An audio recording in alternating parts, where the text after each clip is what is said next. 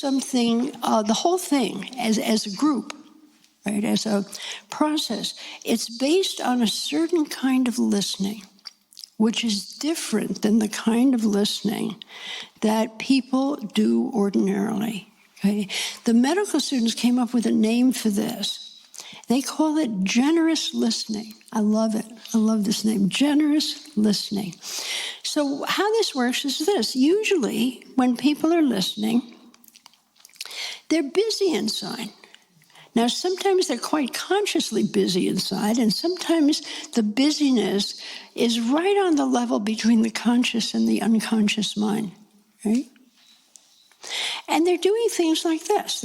Someone is talking to them, and they have their own agenda, right, which goes like this. Do I like what this person is saying, or don't I like it? Do I like this person, right? Or don't I like this person? Do I agree with what this person is saying? Or don't I agree with what this person is saying? Do I think what this person is saying is important?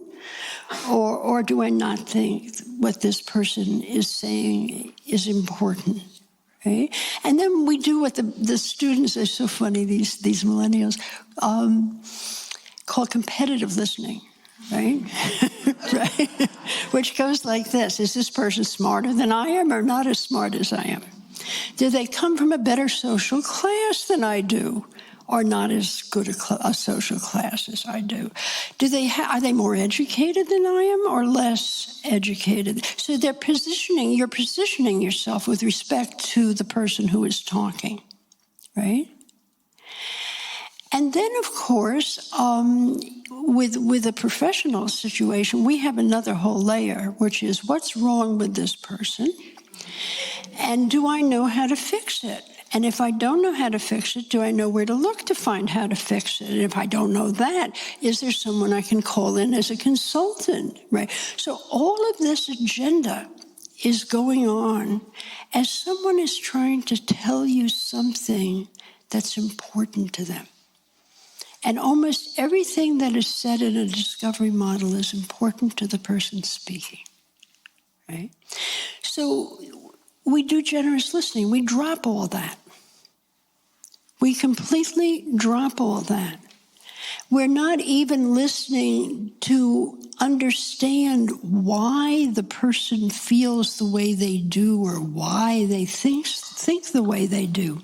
We are simply listening for one thing only, which is what is true for this person at this moment in time. We are there to witness it, to receive it unconditionally, simply to know. Simply to know. Now, this kind of listening creates a kind of a rare experience for people.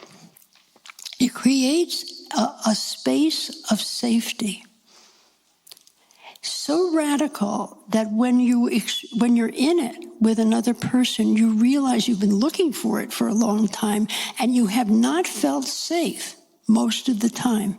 This is what safe feels like. This unconditional listening and respect for whatever the other person is saying.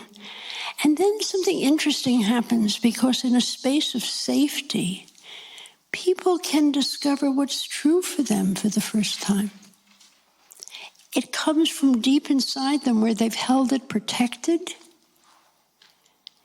And then it comes into the room and they can hear it for the first time and they can recognize it for the first time because they've been made safe enough to bring it from its safe hidden place inside. Right?